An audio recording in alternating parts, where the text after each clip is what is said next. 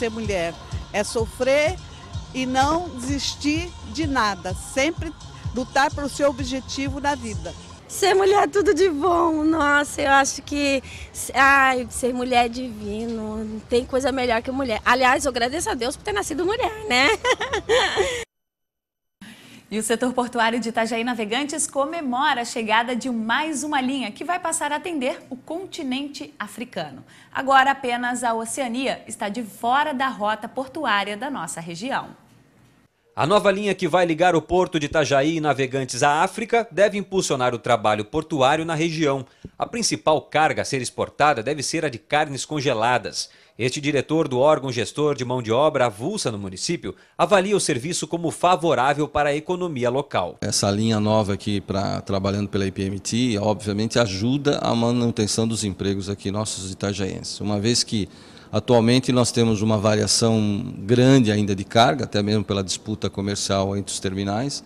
Então isso nos ajuda a manter a carga, o navio e os empregos. A relação entre Brasil e continente africano tem surtido resultado para o governo federal. Esta era a meta da União, fazer com que o comércio entre os países gere receita. O complexo portuário de Itajaí se consolida como o principal de Santa Catarina. Para o complexo portuário de Itajaí, que inclui os terminais da IPMT e da Portonave, eles representam hoje 80% do movimento portuário catarinense. Então, assim, ele tem uma importância vital. Os outros portos, tanto os do norte quanto os do sul, eles juntos não conseguem fazer a movimentação de um porto nosso. Então, o movimento hoje entre Portonave e IPM é 80% dessa movimentação catarinense. A última linha inaugurada em Itajaí era a que liga o porto a Xangai, Hong Kong, Singapura e outras cidades da Ásia. Agora, apenas a Oceania não faz parte da rota econômica marítima do complexo. E agora vamos falar de esporte. É hora do Sport News.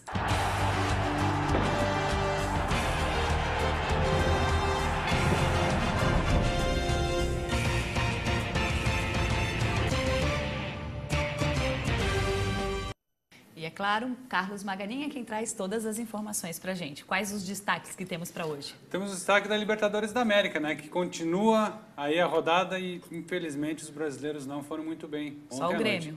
Anteontem o Grêmio e ontem quem jogou, os brasileiros jogaram, tiveram resultados péssimos. Mas isso é assunto para daqui a pouquinho. E a gente fala do Criciúma aqui pelo Campeonato Catarinense, que sábado agora começa o retorno importante também. E o Criciúma ainda está sem técnico. Por quê? Porque a ida do técnico Sérgio Guedes para o Criciúma não depende apenas da vontade dele. O treinador do 15 de Piracicaba revelou que recebeu uma proposta do Tigre, mas que a decisão está nas mãos do clube. Segundo Guedes, só deixará a equipe paulista caso haja uma compensação financeira e seu atual time não seja prejudicado. Ele que não vai muito bem não, 15, hein? Caso o acerto aconteça, Guedes vai reeditar a dupla com o diretor executivo Cícero Souza, com quem trabalhou no esporte em 2012. Para o treinador, esse pode ser um fator que o faça acertar com o novo clube, além, claro, da Série A do Campeonato Brasileiro que o Criciúma disputa. A diretoria espera resolver a questão do novo treinador até o final de semana. Caso o acerto não seja definido, o Tigre enfrenta o Camboriú sábado, 4 horas da tarde no Robertão, com o interino Silvio Criciúma no comando.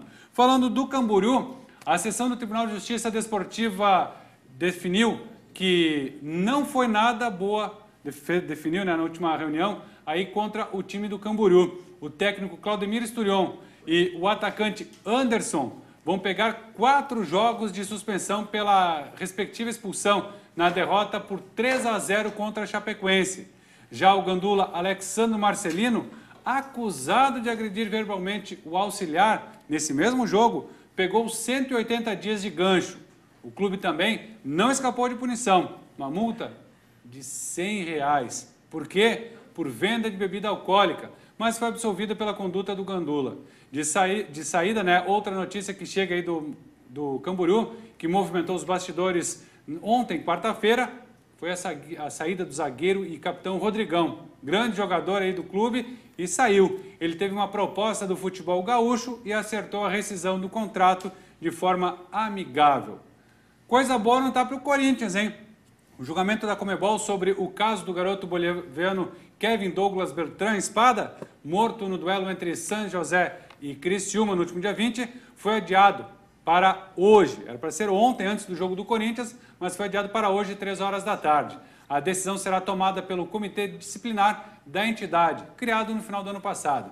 O presidente Caio César Vieira Rocha, por ser brasileiro, não participa dessa votação. Quem vai presidir o julgamento será o uruguaio Adrian Leiza.